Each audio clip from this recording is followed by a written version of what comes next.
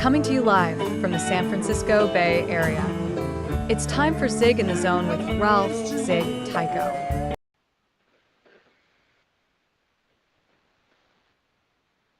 Coming to you live, absolutely live, from the San Francisco Bay Area. It's Ralph Zig Tycho. And Zig in the Zone. How are you, Paulie? I'm here. We're humming right along. I'm looking at the percentages. I'm looking at the dashboard, and looks like we're cruising right along at a good percentage. So I'm feeling happy. Well, you're happy, I'm happy. That's how it goes. Yep, there you go. I'm happy I've got the best producer in video podcasting. I believe it, man. I'm not just blowing smoke. Paulie, you're good, you're empathetic, and you're a great friend. So I appreciate it, Ziggy. God love you. Happy to work with you. Yeah, it's good to work with you, and it's good to have now I can say I won't say an old friend, but a friend now. I can actually call Matt a friend. And you're a dear friend. Yeah. Dear friend. Hey, Matt DeBias, you're with us. You've been a mainstay on the Comfortably Zone network since before we started doing video. That's right. It's about 5 years. Yeah. And just want to say we're happy to have you. Good. Matt, you've been going through some avocational upheaval. You want to tell us about that? Yeah, this is the 14th day of the shutdown.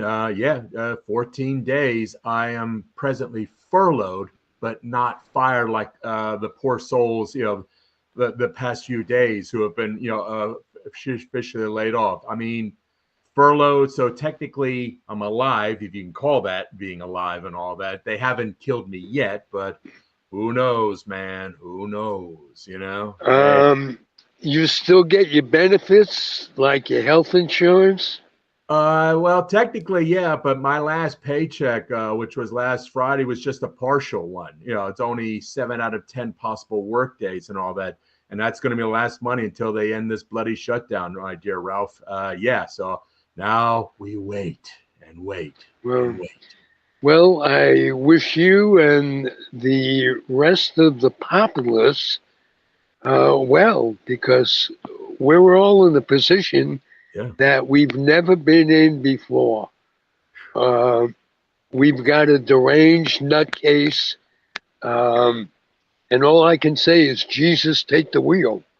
Or whatever higher power you call it, whatever you call it, just, hey, whatever. Well, I call it Zig. I call it Zig, but that's that's me. I usually just say George Carlin, take the wheel, because he's up there somewhere. Oh man! Amen. I tell you what. One of the things that gets me by is watching his reels, and I marvel. He's been gone how many years now? Yeah, since what? 2008. I believe. Yeah, so. It's been a while. Do the math, because I don't want to take off my shoes to use my toes. But he's as relevant now as he was the day he passed. Oh yeah. One of the few who actually made me laugh. I mean, very few comedians ever really, really made me laugh. Him, Richard Pryor, Robin Williams. Richard Wright. They're the few that could really. Even Lily Tomlin on a couple of things. Could really make me belly laugh, Right. Well, you have good taste. Let's put it that way. Yep. And Paul Brumbaugh, I don't know if you know, is a comedian as well. Ooh, and he makes me laugh. So, I was gonna say, only if I make you laugh, because if I don't make you laugh. If I don't make you laugh, I'm either an activist or a public speaker. So. Well, that's how it is with all comedians. Yes, it is. Laughter is important. Yeah. To those of you out there who don't know the format of this show, we basically kibitz, and topics are usually baseball, ganj, and life. Yep. And pretty good combination. I remember Mel Allen used to say the Budweiser 3 rings, um, and we're having fun with this format. Yeah. And I just want you to know that I really hunger to start this off, Matthew, Mm. with your impressions of what's going on in the playoffs. Um, Give me a synopsis, give me your opinion, and give me your reaction to what's going on. I'm amazed that Seattle has taken a 2-0 series lead. I mean, I watched that series with Detroit, and I have to confess, I was rooting for Detroit, but you have to hand it to Seattle. Even though in those last 2 games against Detroit, their pitching staff was basically chewed to pieces, especially that epic final game there. But the fact that they came back and had taken a 2-0 lead, basically double stole home field advantage now, and they're back in Seattle. I think that's pretty amazing. Seattle has a chance to finally win its first American League pennant. So history. One wonders if history is being made here. They're just finding a way to win games. I mean, in that Detroit game, that final game in the ALDS, when they were able to tie that score and it kept going in extra innings, it was basically this. I had the same feeling as it was with the Phillies and the Dodgers, that last game between the two. The longer it went, I figured to myself, the more it goes to Seattle. And finally, I had to go to bed, so I didn't see Seattle finally winning the game. But I wasn't surprised when they did pull it out. And the same goes with the Phillies versus the Dodgers. I mean, when the Phillies allowed Duran walked in that tying run, I thought, no, they ain't going to do it. And the longer it went, I knew it was just going to fall into the Dodgers' hands because, the Dodgers have far greater depth, and far greater confidence and all that. And the Phillies never got their bats going. So in a sense, it was only a question of time that the Dodgers could pull it out and all that. So I'm not surprised that the Dodgers gone this far so far. Even though they were that third seed, I figured what they did was they just got the preliminaries out of the way, just get the regular season out of the way, get all that Michigas done, and now in the playoffs, let's play some real baseball. And they are playing their real baseball. Even though Sasaki was a bit jumpy, in that final inning last night, they were able to pull it out. They made it close, but then they finally got that last out there. Freddie Freeman, getting those clutch hits. Ohtani pitched a great game against the Phillies. I mean, that's the first time in my life I ever saw Ohtani pitch. Boy, what a killer curveball he has. Oh my God! And combined with the hitting, he could be the best of our generation. Yeah. But yeah, literally. I mean, look at Babe Ruth. Babe Ruth as a pitcher had a killer curve, man. So hey, hey. He did, but he was only a pitcher for 2 or 3 years. No. Actually, he started from 14 to like 18. I don't know if he was still pitching in 1919. No, I mean in the majors. No, yeah, in the majors, yeah, because he came up with Boston in 1914 and was with them from 14 to 19, and now in 1919, that's when he started shifting to outfield and playing every day and all that. But from 14 to 18, he was a pitcher, mostly as a pitcher and an occasional pinch hitter and all of that. So, Ruth had a substantial career as a pitcher, those early years of his career. Yeah. Oh, he did very well. Oh, yeah. And we have one thing about baseball, there's history. And you're a history buff. Yeah. So this fits right in.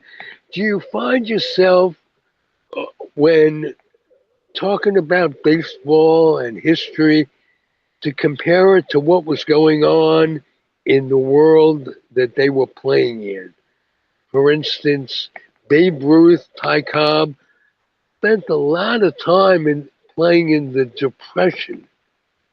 and it was it was tough for baseball in those days. Yeah. Connie Mack built two dynasties, Yeah. one that he had to sell off Yeah. and build another one.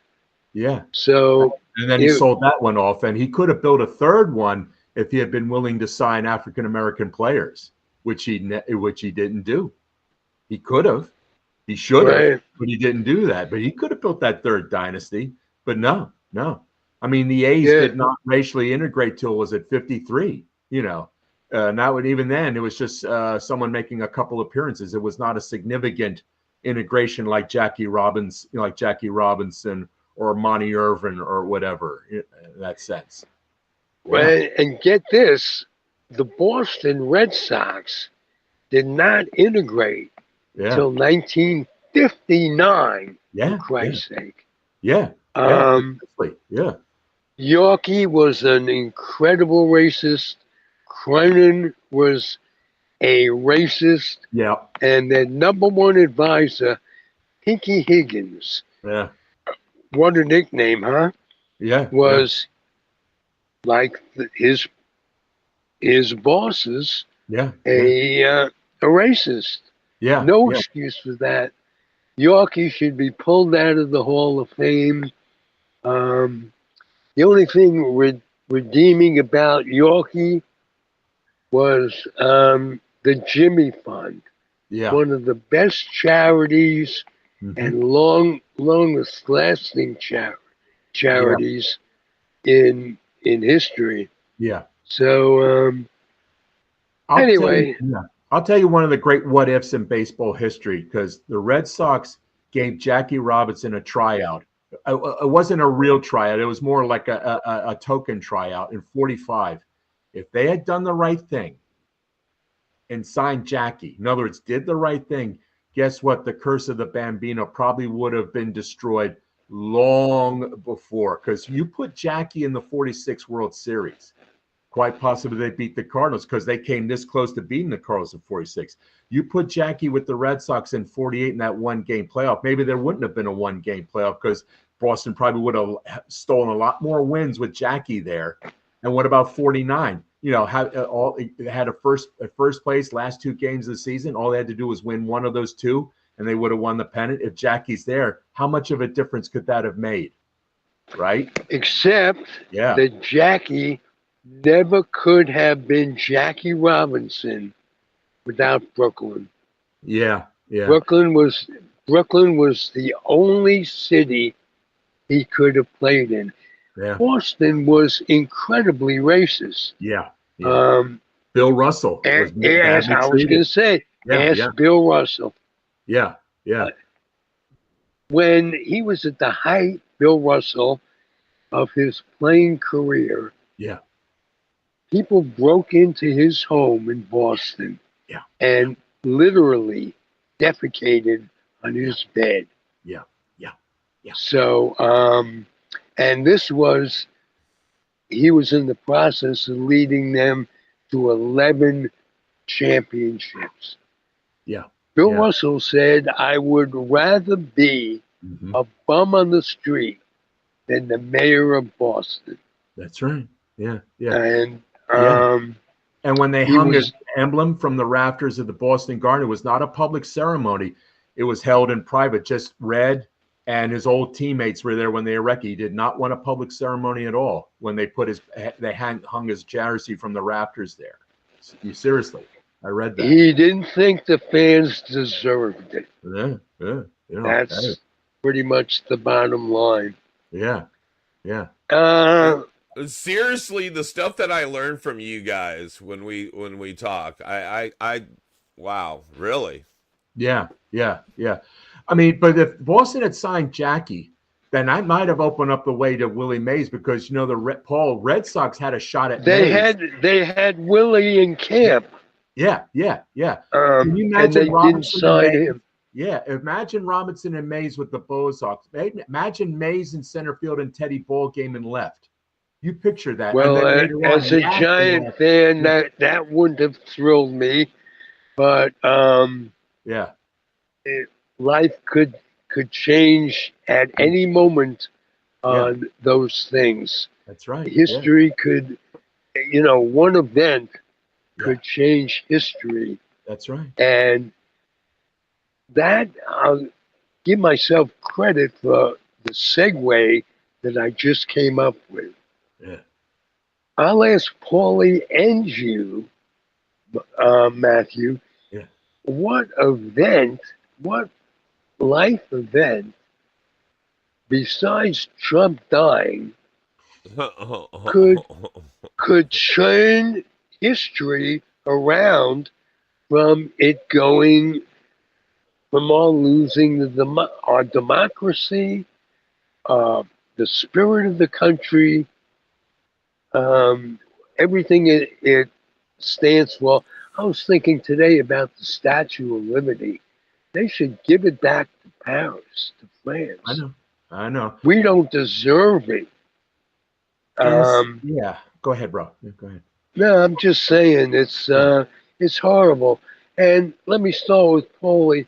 What could turn it around in Wow. an instant? Well, it used to be the old question used to be if guys were sitting around, you know. If you had a time machine and you could go back and you can change history, would you go back and, whatever, like kill Hitler as a baby or whatever, right? Yeah. Yeah, It's almost the same question, which is scary because Yeah. we've created a monster. Mm. And Yeah. we've been you know, and the American public was Dr. Frankenstein. We're the one that brought it alive. We Yeah. are. and, We Yeah. only have and ourselves. Matthew We only have ourselves to blame. Yeah. That's right. and Yeah. Matthew was the first one to really get this in my head Yeah. 5, 6 years ago now. And at first, a comparison to Hitler offended me as a Jew. What could be worse? I lost my I'm starting grandpa. to say. I'm starting to think. I'm sorry for offending you, Hitler. Uh-huh. You know what I'm saying? Right. I'm sorry. You had that little Well, thing back in history. But Yeah. this guy, no, not to make light of that at all. But no, I mean no. literally, we're getting to that point. We literally raised this monster. So you were asking, what do we do? I think every week you ask me some form of that question, and every week, quite honestly, it's different. My It's sense different. of it. My My sense of thought, it is. my sense is it's gonna be. I don't know what's gonna be the what is it? The stake through the heart, the silver bullet. What other euphemism you want to make for bringing down a supernatural bad creature amongst this earth? I don't want I it to don't. be I violent. don't want to see him Here's the thing: dead. is the only thing that's going to happen because if he's dead, all it's going to He do does. is turn. No, it's hold on. It's going to turn up the heat in this country. What needs to happen is people need to realize he was a snake salesman. He sold Snake us oil. the shit. Yeah. We bought it. And if you were one that really voted for him, then you suck it up and you have that buyer's remorse and you go, all right, I'm the first one to say we fucked up. Here's the I'm thing. saying we fucked up, but I didn't vote that way. But Here's I the know it thing. was us. It was us. Go Here's ahead. my theory right now. I think we are in a race against time. I don't. Absolutely. He just went to Walter Reed. I don't buy that prognosis. Oh, his health is perfect and all that. That's what they were saying about Reagan in the mid '80s. And I always thought Reagan actually got the Alzheimer's in the '80s instead of '93 when they officially diagnosed him. I think Trump his health is a lot worse off. And I think ever since he met with Putin on August 15th, he has super fast tracked his fascism. And I think the reason why is I think his health is far more precarious than people know. And what he wants to do is he wants to create have the dictatorship completely in place before he kicks, so that instead of giving it to Vance, because he does not want to transmit the presidency or the dictatorship to Vance, what he wants to transmit it to is to his kids. It could be either Donald Jr. or Ivan, because in order of age, Donald Jr. comes first, Ivanka comes second, and then Eric Jr. comes third. Then you've got Barron from Melania's kid and all that. What he wants to do is keep the dictatorship in the family. So he's rushing right now. He's trying to create the dictatorship so that once it's in place, he can send Congress home. He can get rid of the Supreme Court, and then he can transmit it to to one of the kids there, like the Duvaliers of Haiti, the Somozas of Nicaragua, the Kims of North Korea, especially the Kims of North Korea, and all that. Keep the dictatorship in the family. But the question is this: if he goes before the dictatorship is established, then Vance becomes president. Now, the question is Vance truly loyal to the Trump conspiracy? If he is, if he invokes 25th Amendment and appoints a vice president, will it be one of the Trump children? And if he does that, then definitely the conspiracy is in place. Now, the question is, does he merely act as a caretaker president and let the Trump child, who is a Veep, run for president in 2028 and perpetuate the dictatorship? Or if he doesn't appoint a Trump child as his Veep, then what happens if it's a double cross? In other words, instead of being loyal to the Trump conspiracy, he goes his own way. And if that happens, Ralph and Paul, what you get is literally a GOP civil war, because everyone else is going to be loyal to? Are they still loyal to the Trump family, the Trump children, or are they loyal to Vance? And then what you get is a Republican civil war, because what happens if the Trump children try to oust Vance? Like primary him in 2028 and all that. And and then the GOP splits right straight in two. It's kind of like the Republicans in 1912, when you had Theodore Roosevelt in the progressive wing and William Howard Taft in the conservative wing. And basically, that's the reason why Woodrow Wilson, the Democrat, won the presidency in 1912, because the Republican Party literally split in two. If you had just had one GOP candidate, Wilson would never have been elected in 1912. One wonders, if Trump dies, before he can create his dictatorship, could you see that opportunity there? But if he's able to create the dictatorship and transmit it to one of his kids, the question then becomes, how loyal are the rest of the Republicans would be to one of the children instead of to the old man? I mean, will they be just as much sycophant slaves to one of the Trump kids as they are to the father? Right? I mean, and also within the Trump family, if it's one of the older children like Donald Jr., what about Melania and Barron? What happens if you get like an old I, Claudius conspiracy? Did you ever watch that series, Ralph, when it came out in Masterpiece Theater, I, Claudius? With Derek No, Jacobi? I didn't. It's about literally Emperor Augustus and Tiberius and Caligula up to Claudius. And it was basically family member conspiring against family member, people poisoning each other, people backstabbing each other. One could possibly assume that if the dictatorship went to the older children, like Donald Jr., you might see internecine warfare between Melania and like the other kids, or even beyond Ivanka and Eric Jr. I mean, simple, because when you give it to one person, other people are being displaced. Okay? I mean, isn't there a lot of similarities? You just mentioned I, Claudius, so the Caesars. Hold on. So isn't there there's a lot of dictator in our president. We knew that going into it. I mean, he really resembles something like that Caesar family. Something like you were. I was going to break in and break your flow, but it was just for a stupid joke, which was going to say, for you kids at home, that's like if you're watching Game of Thrones. Yeah, it's that drama. It's everybody's doing everybody. Yeah, either stabbing them in the back or fucking them in the whatever. Anyway, but it's a nighttime soap opera of real shit with real family and backstabbing and crazy shit. I mean, you would think that. Anyway, so a lot of that scares me. Yeah, doesn't this remind you guys of the hierarchy of the Catholic Church in history? Yeah, same kind of succession with conclaves and all that, right? That sense, but that's like a different kettle of fish. But and the thing is, in history, when a dictator dies, there's always seems to be fragmentation, breakup. It's like when Julius Caesar was assassinated.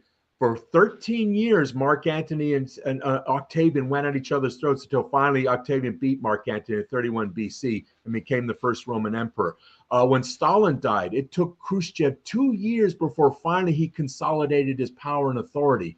When Mao Zedong died in 1976, it took Deng Xiaoping 2 years where he fought with the Gang of Four before finally in 78 he was able to consolidate his authority, and leading China that. There's always a fragmentation, a scattering for the most part when a dictator dies. When Alexander the Great died, his empire was split into 3 parts. It's always a power struggle. Almost always. It's very seldom is there a seamless transfer of authority from one dictator to another. Very seldom in history. Same thing with the popes. Transfer of power, and it is power, Yeah. doesn't come easy. Yeah. But there's always a little thing. But the thing is, though, at least as far as I know, there's never been, at least in recent years, there's been no quote unquote bloodshed. In terms of transference of papal authority and all of that. It's at least the popes are elected in conclave as it goes and all of that. In that sense. Right. Matthew, what do you have to get off your chest? Just the sadness of seeing my country being destroyed. Literally, so many people are willing accomplices. They want to become slaves. They're eager to become slaves. They worship.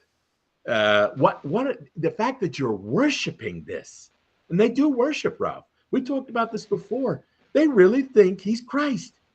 But it's like, the Charles Manson's followers, they thought he was Christ. Yeah, it does. Actually, that was one of Manson's aliases. His aliases were God, Jesus Christ, Satan, Infinite Soul, Charles Willis Manson, i.e. Charles's will is man's son. Get it? And all that. Seriously, they worship him. But then, hey, like that documentary on Manson, they said, who's Charlie? He said, oh, Charlie's you. Whatever you are, he reflects you back at yourself. And that's what a good con man does. And a good con man like Trump would have been easier to fool if he hadn't fooling the people. Would have been easier if he didn't have 34 felony counts against him before he was reelected. This is a rhetorical question. Are the people as stupid as I'm beginning to believe? Not the majority, but Roe v. Wade. I'm not a woman naturally, but I'm just as affected by it as men are just as affected by it as women. Yeah. Vis-a-vis women's sexuality changes. Yeah. Vis-a-vis their health changes. Imagine being in a relationship where you want an abortion, you can't get it, so you go across states, and you're not getting the same medical care as you would. Yeah. So imagine losing a loved one, how much that would affect you and all of us. It's nuts. It's mind-boggling. But it's not just abortion, too. You can still you could be against abortion, but you just could practice contraception, though, using other methods besides abortion and all of that. But there are some states, there are Trump states, they won't even allow women any type of access to any type of information where they could practice contraception. The pill, or or IUDs, or diaphragms, or even the teaching of proper contraception in that sense. Even that. So basically it's not just abortion, it's just the enhancement of all forms of subjugation to the American feminine female population and all that. Really. Yeah. What's second? I'll ask you, Paulie. What's second on the list of atrocities that we're talking about? The atrocity of losing Roe v. Wade, Paulie. Well, it's just, I think it's just one of the many. I hate to say it. If things keep going the way even Matt or even some of us are thinking in different ways, that's just the beginning. That's just the beginning of some of our rights being taken away from us. Yeah. We've seen it with everything from everything from the First Amendment, which is, my favorite of them all. That's right. Me too. Me too. That's what kind of sets us apart, buddy. Yeah. So I think that's a big thing. And I don't, the Second Amendment, the right to, what is the old joke? I don't care as much about the right to bear arms. It's more about arming bears, I think was the joke. Yeah. At this joke, it probably makes about as much sense. No, I think I was making a joke when women voted for Trump, because you're saying how ironic it is. I was making a joke about, you guys voted for him.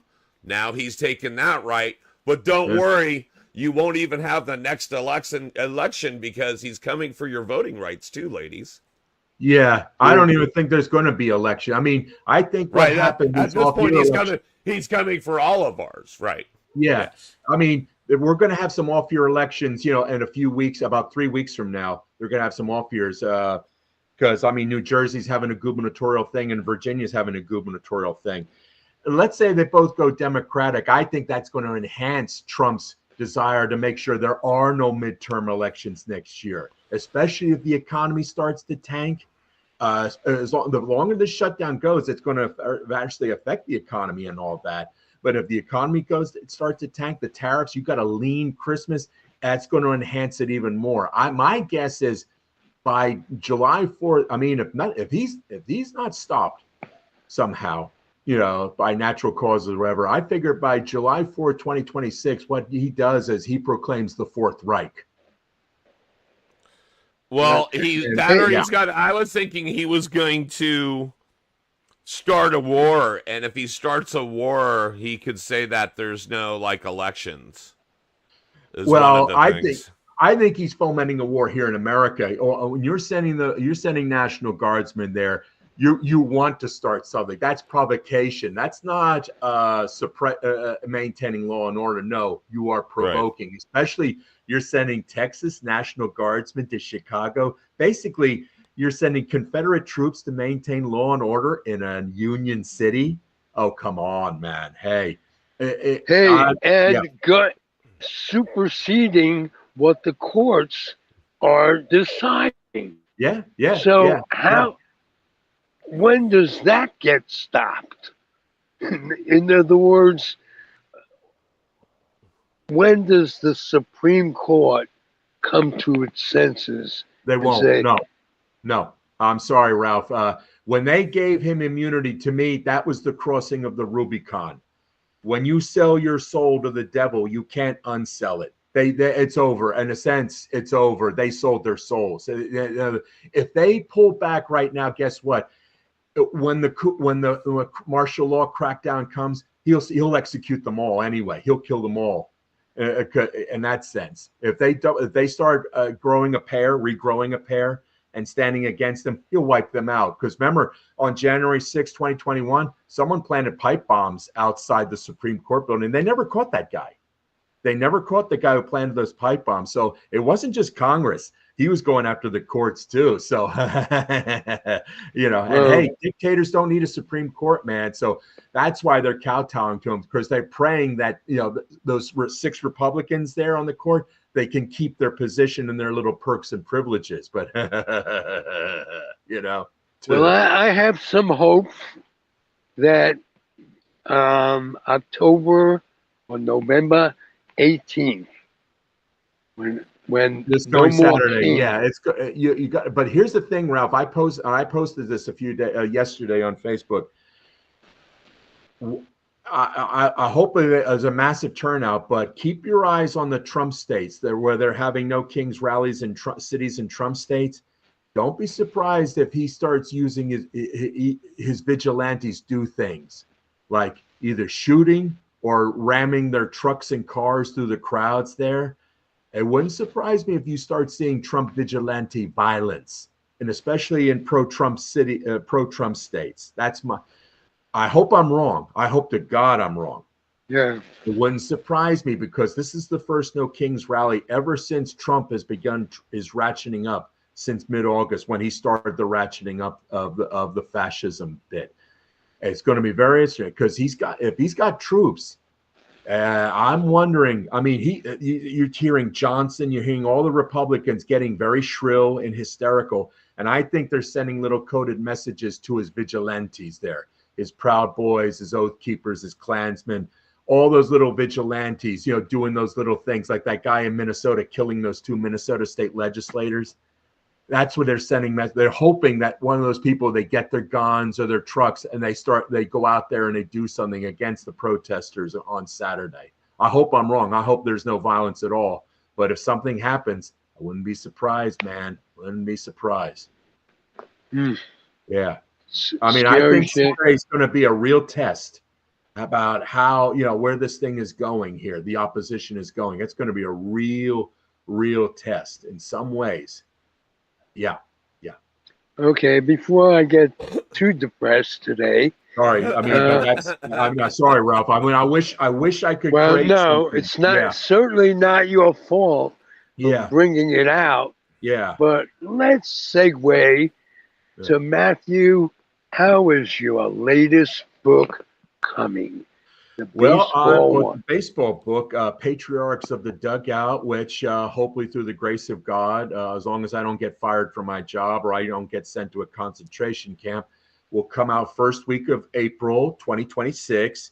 I'm in draft 8 right now. I am watching the baseball playoffs religiously. I am noting results because like Dave Roberts of the Dodgers. The Dodgers are still active there, and Dave Roberts will be featured in the book. I'm not going to tell you where I've got him ranked, but I'm waiting for that. What's the title of the book? I know, but tell everybody. Ladies and gentlemen, it's called Patriarchs of the Dugout, Baseball's Greatest Managers. That will be the title of my baseball book. And it'll come out first week, April 2026. So be ready, be patient, and be ready. I feel like I needed the 2 pieces of wood that I hit together. It sounds like I'm hitting a home run. Right. Yeah. And also working on my basketball book too, my pro basketball book. I'm using the shutdown to good advantage there. I'm doing editing and updating because next year I'll have 2 books coming out. The baseball book, Patriarchs of the Dugout, will come out in April. And then my next book, Men in the Huddle, Part 1, Pro Basketball's Greatest Coaches, which will feature the 50 greatest NBA head coaches of all time, will come out first week of October next year. And the whole world will know who are the 50 greatest NBA head coaches of all time, as determined by me. First of its kind. No one's ever done that before. And with my suggestion, Red Holtzman will be right up there. Oh, yes, indeedy duty. You better believe it, Ralph. Oh, yes. And absolutely positive. Red Auerbach has to be number 1. I'm not going to give the game away. He's not to give away the show. Wait, hold on now. I'm not going to give away the show. Maybe in there, but I don't think there's anybody listening to this that wouldn't pick Red Auerbach as number 1. Well, it depends. I mean, what about Phil Jackson, man? What about Phil Jackson? What about Greg Popovich? I'm talking longevity. I'm talking what he meant to the game in terms of having 5 blacks play in the same game. That's right. In the same starting lineup. Right. After what we went through as a society, as fans, when I was a kid, there could only be a Mhm. maximum. This wasn't a rule, but it was an Mhm. unwritten rule of two blacks on one team, Yep. or Yep. two blacks in the game at Yep. one time. They may Yep. have had three on the roster. Mhm. We weren't talking about scrubs. We're talking about the likes of Sat Sanders, Mhm. Sam Jones, Mhm. Casey Casey Jones, Jones. Yeah. Yeah. Yeah. Bill Yeah. Russell, Yeah. and who was the fifth guy? Um, Uh. Uh. Um. Oh, nuts. well, There is. Yeah. Let's see. Oh, nuts. Yeah. Satch, Russ, the Joneses. Rush, the Joneses. Oh, I think that was basic. I can't think of anyone else offhand there. Yeah, and all that. I can't remember all. I know later on they had Eric Embry and a guy named Brian. He was on a '69 team. Willie Yeah, Noel and Bryant, yeah, yeah, yeah, yeah, Emmett and Bryant. Willie Knowles, yeah, yeah, in his later years, yeah, yeah. there were one of the things that our mutual friend Jerry Feidelberg and I used to talk about God rest his soul. was that when Red Auerbach was forming his teams, he always had an old veteran Hmm. on the bench Yeah, to yeah, come off. And you yeah, mentioned Wayne Embry. He was one. Carl Braun was one. yeah, yeah. Guys finishing up their careers Hmm. Yeah, and lending their expertise yeah. to the Celtics. That's right. Um, Hated to give away the best coach for you people awaiting the book, but there are others. You mentioned Phil Jackson. I Yeah, mentioned Red yeah, Red yeah. Holtzman. Um, Casey Jones, Eric Spolstra. There are a lot of active coaches. Eric Spolstra, Steve Kerr of Golden State. He's definitely in there. absolutely, Yeah, yeah. absolutely. Doc Rivers. Yeah, Doc Rivers. Slick Leonard for the old Indiana Pacers, the greatest ABA coach of all time. Larry Hey, Brown. Lenny Wilkins was the Yep. first black coach. No, oh, If no, no. Russell in the NBA was the first African American coach in the NBA, but Wilkins. Wait a minute. I think I know Wilkins won an NBA title. I interviewed him for the book. Yeah, great guy, beautiful guy. I interviewed him. Boys High in New York, in Brooklyn, New Yeah, York, he yeah, came out of the same school that Tommy Davis came out of. They were yeah, the baseball player. yeah, yeah, Um, yeah. Beautiful guy. I mean, he was such a gentleman with me when I interviewed him a long time ago. It's like 11, 12 years ago. I interviewed Larry Brown for this book, Lenny well, Wilkins. Yeah. Chuck Daly will be featured, the great Detroit Pistons coach there, the Bad Boys and all that. Billy Cunningham, he gave me a great interview. Billy Cunningham, he's in the Hall of Fame as a player. He should also be in the Hall of Fame as a coach. He was a great coach for the Sixers, man. Uh, Doug he Moe. was out of Erasmus Hall High School, Yeah, yeah, and yeah. he was coached by my camp director at Kittatinny Camp, Mm, mm, Bernie Kersner. yeah, yeah. And ironically, Bernie and Erasmus won a city championship Mm, without Billy Cunningham. I don't remember the circumstances, if mm. he was hurt at the time, but he was naturally the best uh, basketball player that ever came out of Yeah, Erasmus. yeah, Uh, yeah. Boys High also had Connie Hawkins. Oh yeah, Um, great Tony Hawkins. Yeah, he was what? Jordan before there was Jordan. Yes. Yeah, yeah, yeah. And you know who doesn't get enough cred these days is Elgin Baylor. Oh yeah, Julius Elgin, before Julius. Yeah, right? yeah, Yeah. right? Um, Yeah. hey, we could kibitz all day, can't Yeah. we? We could go on forever. Hey, when it comes out, we'll talk about the book again. I mean, have me. I tell you what, Ralph, have me on the show late May because I'll be back from my vacation. So it set me up for a Tuesday show in late May, like the Tuesday after Memorial Day. We'll talk about my baseball book, and then late October, another Tuesday, we talk about my basketball book. Okay, can we do that? Well, I have to get Paul's approval and his. I don't think. I Paul, don't worry. I does know the he? guy. I know Does the he guy deserve personally. it? I'll talk him into it. Don't worry. I'll talk him Okay, into it. and I know Paul personally, Matthew. So I'll talk him into it as well. Well, Yeah, no and just problem. yeah, just pray Uh, that I keep my job and they don't kill me, man. You know, um, trying to stay have you alive. made contingency plans? What happens if you were forced for one reason or another? And it could be good luck that you go out on your own, do something else. I don't want to do anything Anything else. occur? I'm a one-trick pony. This, to me, the job I've been doing at the National Archives for 34 years now is the ultimate gig. I mean, there's no outside historical gig that matches what I do here. If I get the bloody chop, it'll be a bloody disaster, and it'll be a sad day. I mean, and because there's nothing out there that equals what I'm doing here.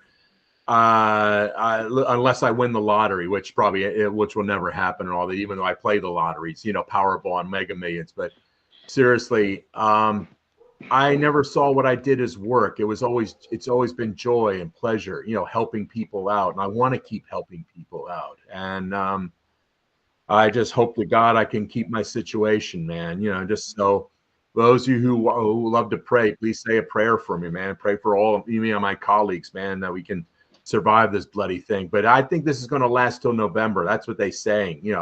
So it's going to last a while, man. I mean, the last one was 35 days. And if you do 35 days now, that's literally election day.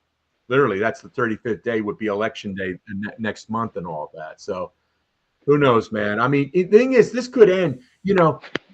Trump could have told the Senate just invoke the nuclear option and pass it regardless because they've got the majority, but he didn't do. They haven't done that. So there's a game here. This is literally a game, an ulterior motive here.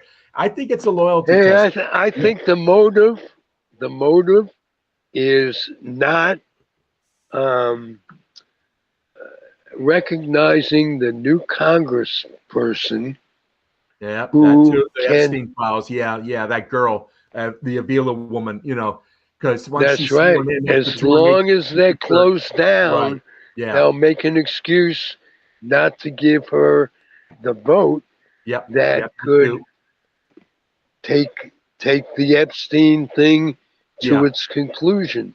Yeah. I think Um, those Epstein victims have got to out it themselves. They've got to go out, either police something, put a list out, or they got to do something. They got to just give a press and they just start reading off the names and just do it right there in public and do it right there. You can't wait. You the can't trust. survivors, am I correct? Right, the victims, That the Epstein survivors. absolutely right. Yeah, they got to go out. Absolutely right. Thing is, if they do it though, they probably sign their own death warrants. They probably will. If they do it, Well, I mean, yeah, they don't have enough bullets to contain yeah, all the folks yeah. that are going to protest, and I know. I think it's getting out of hand for him, and I think the possibility of Amendment 25 is still there, and impeachment. Impeachment would be better than Amendment 25, But they and had here's two why. chances, and they chickened out. They chickened out, Ralph. They wimped out. They had the golden opportunity to man up and show they had a pair. They wimped out. So, hey, Yeah, But I think yeah, it goes back to what we were yeah, saying in the beginning is that it can't be the silver bullet, it can't be the stake. It has to be of the people, for the people, by the people. So it has to be yeah, vote It has to be impeachment. It has to be total disgrace for him and his family. Or It vapor has to lock. be. It has to be even after he's out of there, that they rub his nose in shit like a dog that pooped in the Prison. middle of the Yeah, I rug. want a Hold on. prison. Nuremberg type So trial. hold Yeah, on. So okay. whatever it is, it needs to be like the dog that pooped in the middle of the rug, rubbing his nose in it, so he never does it again. So nobody after him that's smarter than him, because holy shit, Yeah. he's really not that smart. And look at how far he's gotten. Yeah. Apparently, he is an evil genius. But anyway, Yeah. we need to make an example of this man. We need to take him out. I mean, all of us as a people realize that if you bought into him, that you bought into a bill of goods that was bullshit. If you've always been opposed to him, stick your ground and say your piece and speak truth to power like we are today on this podcast. Don't waver. Be like Letitia James and James Comey, that are standing up to these things and seeing them through and making sure that everybody knows they don't just go silently into the night. I think that's what we need. We all need to do that as a people. Here's the thing about Comey and James and the future ones to be indicted. You notice they indicted the people, but they're in no hurry to go to trial. They don't, because one, they don't have the evidence. You know, all they got is paper indictments. But here's another reason why they're delaying. They're deliberately delaying. They want democracy to be overthrown. Once democracy is overthrown, then you don't need a trial by jury. Then you can do kangaroo courts like Stalin's purge trials in the mid-30s and Hitler's People's Court like Roland Freiser after the bomb plot of 1944. Near a mockery of justice. Then they can torture and execute Comey and James and all the others, Jack Smith and E. Jean Carroll, all those people who put them on trial there, you know, and make a public spectacle of it. That's my theory. Right. Well, I don't think the cases that the government has against Comey and Letitia James will stand up because of the memo that was leaked by Trump and his message to Pam Bondi that says, we got to take care of my enemies. That's right. Now, these people that come to trial will say, hey, we never should be here. Yeah. And I'm losing my train of thought. But he wants kangaroo courts. That's what he wants, kangaroo courts. Right. Yeah. Hey, Paulie, my mind is going a little bit. Let's do a little business. But a little bit, God knows. I'll use Matthew's expression. Let's do some business. What do you say? That sounds great. So let's do that. Let's do the thing that pays the bills, folks. Here we go. Right. I need a mic mute. All right, here we go, guys. Commercial one. We'll be back right after this. Whether it's criminal defense, estate planning, or civil litigation, the answer is the law offices of Andrew Doja. Call us today at 510-865-1600 or find us on the web at dojalaw.com. For tenant and landlord disputes, there's no other than the law office of Jeff Canberra. Call now 1-510-865-7369 and don't forget to tell them Zig sent you. All right, as you know, Ziggy says we're all lawyered up, but please go drop us a dime. Please go follow us, like, subscribe, ring that little bell, do what you do, give us a thumbs up, hearts, whatever they do on whatever platform. That's right. Check us out on Facebook, Instagram, YouTube, and Twitch. And Ziggy, I know you like to do this part. Tell us about Ziggy Says.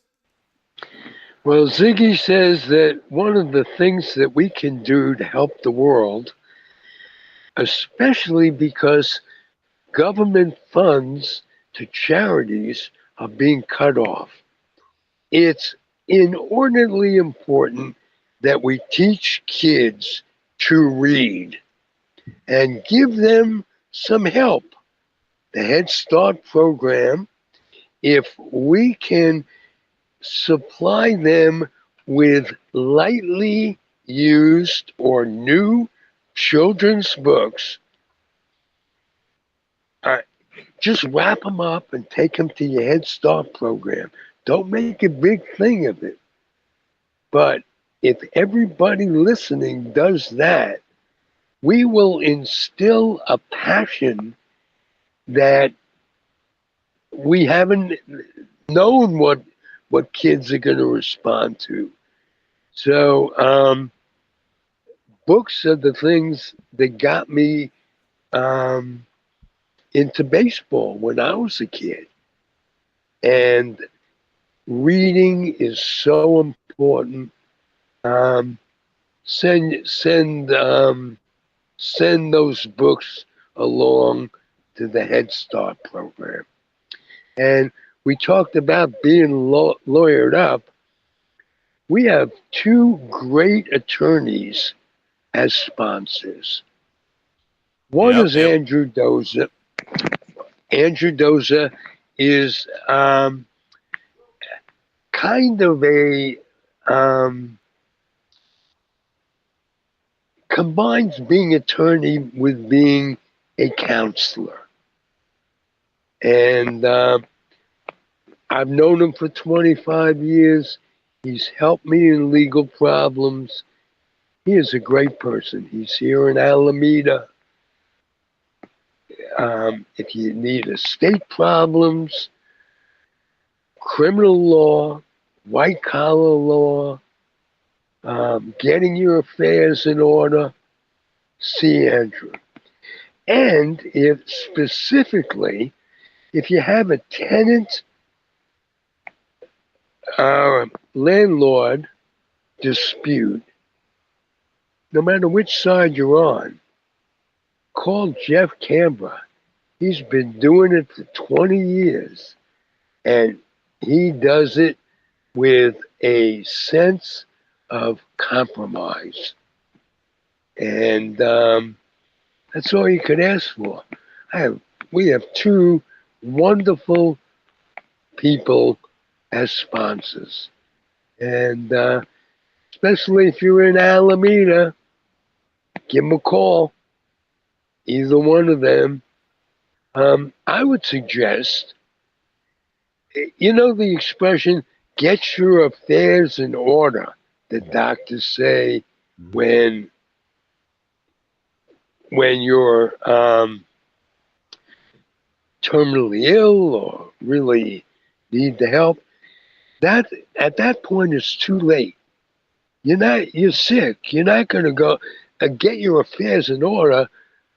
Can be all encompassing. I suggest that you call Andrew and set this all up. Put your affairs in order before it's an emergency. And he'll help you do that, and he'll take good care of you. So that's my spiel for today. Oh, that's good because and I like that. Get your affairs in order. I've never been told to get my affairs in order. Is that anything like? Thank God. Is that anything? Is that anything like get your shit together? Yeah, pretty sure. Absolutely. Now that I've been told on many of occasion. All right, so Matthew, please plug us with your books. Tell us where we can get what you got going on out there. My name is Matthew Dibiase, Mathew. My last name is spelled Dibiase. You type in my name in Amazon, you will see my books. I have 4 up there. Bench Bosses, the NHL's Coaching Elite. That was my first book. In fact, a few days from now will be the 10th anniversary of my first book release. Art of the Dealers, the NHL's Greatest General Managers. That came out in 2017. Wait, Art of the Dealers? Hold on. Yeah, the Art of the Dealers. How many times have people bought your book by mistake and thought it was the Art of the Deal? Actually, it's one of my best-selling books. It's a groundbreaker.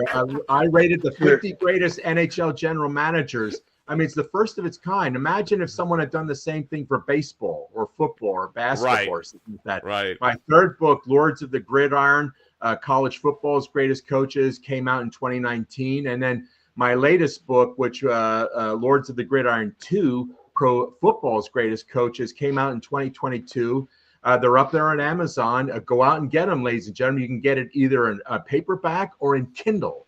And also my 2 future releases will also come out in paperback and Kindle, ladies and gentlemen. So just be patient. And April next year and October next year, my next 2 books, Patriarchs of the Dugout and Men in the Huddle, Pro Basketball's Greatest Coaches, will be released, God willing.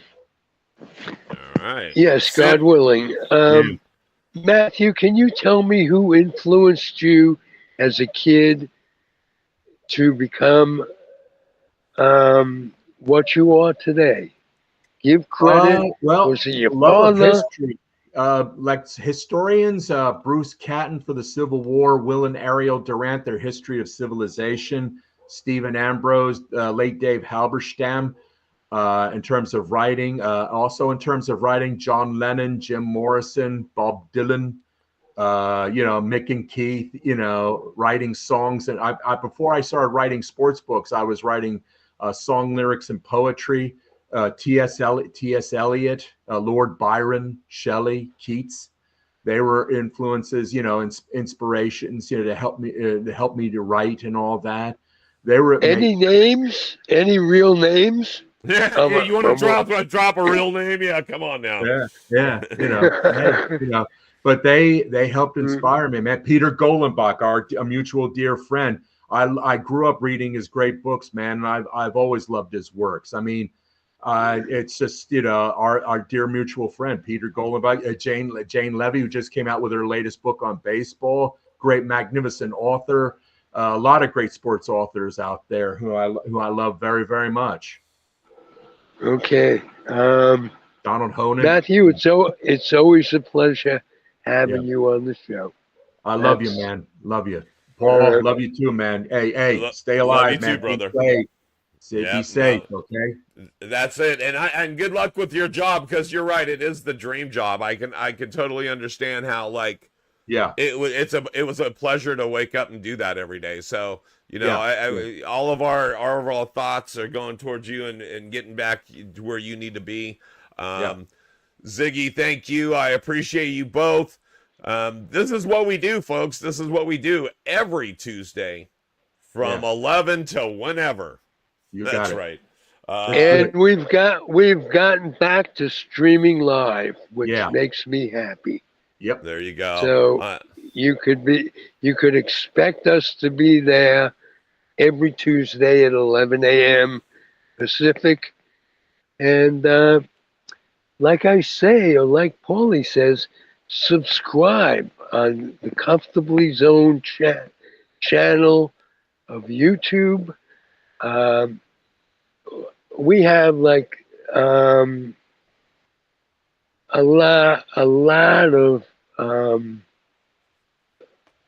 of podcasts in the hopper.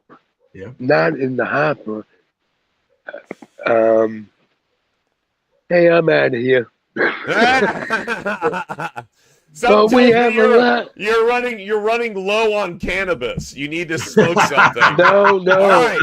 So this is what he's trying to say. Go to the Comfortably Zone Network on YouTube. Subscribe to that channel. He's got like thousands and thousands of hours of audio podcasts over the last 15 years with people like Matthew and some greats from the Hall of Fame, from all the Hall of Fames. Check it out on the Comfortably Zone Network. For myself, Zig, and Matt, we are out of here. We'll see you next week in the zone, guys.